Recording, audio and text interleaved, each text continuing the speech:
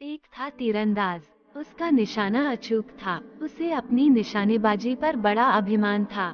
ये साबित करने के लिए कि कितना बड़ा तीरंदाज है, हर रोज वह अपनी पत्नी की नथ में से निशाना लगाकर तीर छोड़ता था। परंतु उसकी पत्नी को अब तक जरा सी खरोंच भी नहीं आई थी। एक दिन तीरंदाज का साला अपनी बहन से मिलने आया तो देखा, उसकी बहन का चेहरा सफेद पड़ गया है। वह सूखकर कांटा हो गई है। उसने घबराकर अपनी बहन से इसका कारण पूछा। उसकी बहन बोली, वैसे तो मुझे यहाँ कोई डैक्ष नहीं है, परंतु तुम्हारे जीजाजी अपना जौहर दिखाने के लिए रोज मेरी नथ में से अपना तीर छोड़ते हैं। रोज मुझे यही डर सताता रहता है कि अगर निशाना जरा भी चूका तो तीर सीधे मेरी आंख या मुंह में लग जाएगा। भाई ने पूछा, क्या जीजाजी तीर छोड़ने के बाद और भी कुछ कहते हैं? उसकी बहन ने कहा, हाँ, आनंद और गर्व से मेरे पास आकर कहते हैं, मुझसे बढ़कर होशियार भी कोई और देखा है तुमने? मैं कह देती हूँ, नहीं, मैंने तो अब तक ऐसे किसी दूसरे के बारे में नहीं सुना है।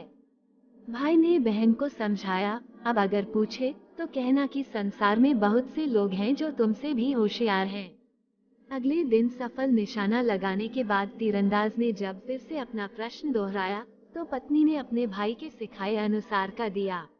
इस पर उत्तेजित होकर तीरंदाज बोला, ठीक है, अब जब मुझे ऐसा आदमी मिल जाएगा तभी मैं घर वापस आऊंगा। कहकर वह घर से चला गया। चलते चलते वह एक नदी के किनारे पहुंचा, जहां एक आदमी बैठा कुछ खा रहा था।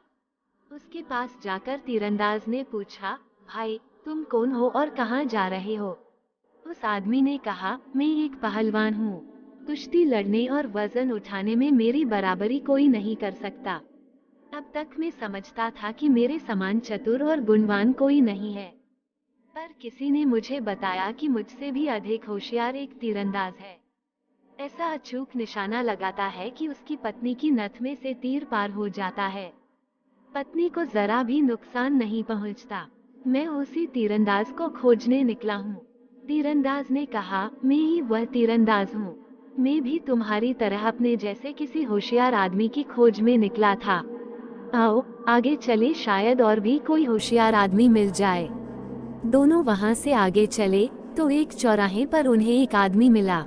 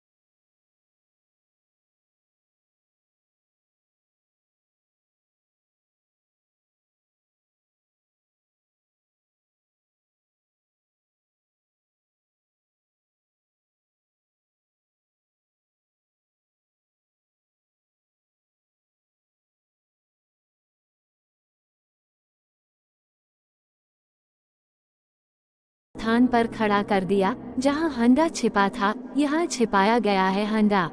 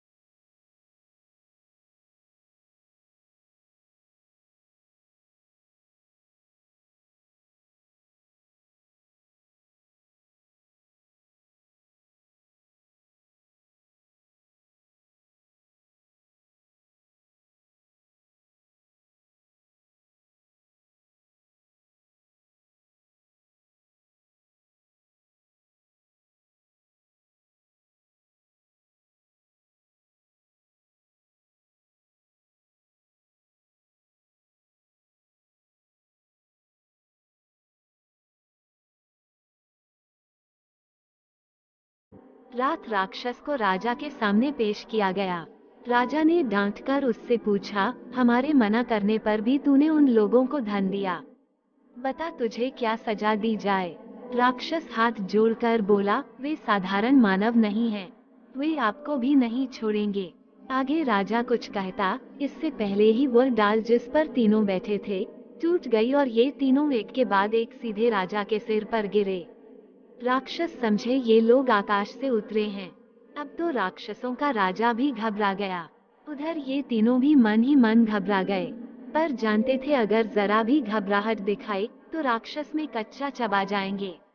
उन्होंने मुकाबला करना ही उचित समझा और नीचे दबे राजा को मारना पीटना नोचना शुरू किया। उसकी यह हालत देखकर सभी राक्षस भाग खड़े हुए। अब राजा हाथ जोड़कर चीखने चिल्लाना लगा, मुझे माफ करो, मुझे मत मारो, मैं तुम्हें और बहुत सा धन दूंगा। उद्धरण चिन्ह। पंडित ने उसे और डराया, तेरा जंगल में रखा धन हमारे किस काम का, उसे हमारे घर पहुंचाने का इंतजाम कर, नहीं तो हम तुझे छोड़ेंगे नहीं। राक्षसों के राजा ने डरते डरते दूर खड़े राक्षसों को बुलाया, उन्हें बहुत सा धन पंडित के घर पहुंचा देने के लिए कहा। राक्षसों ने 3 मित्रों के लिए ढेर सारा धन पंडित के घर पहुंचा दिया। पंडित ने सारे धन के 3 भाग किए और प्रसन्नता पूर्वक दोनों मित्रों को विदा दिया। तीरंदाज ने घर आकर पत्नी को सारा धन सौंपते हुए कहा, तुमने ठीक कहा था, मुझसे भी होशियार लोग इस दुनिया में हैं। अब मैं कभी अपने आप पर घमंड नहीं करूंगा।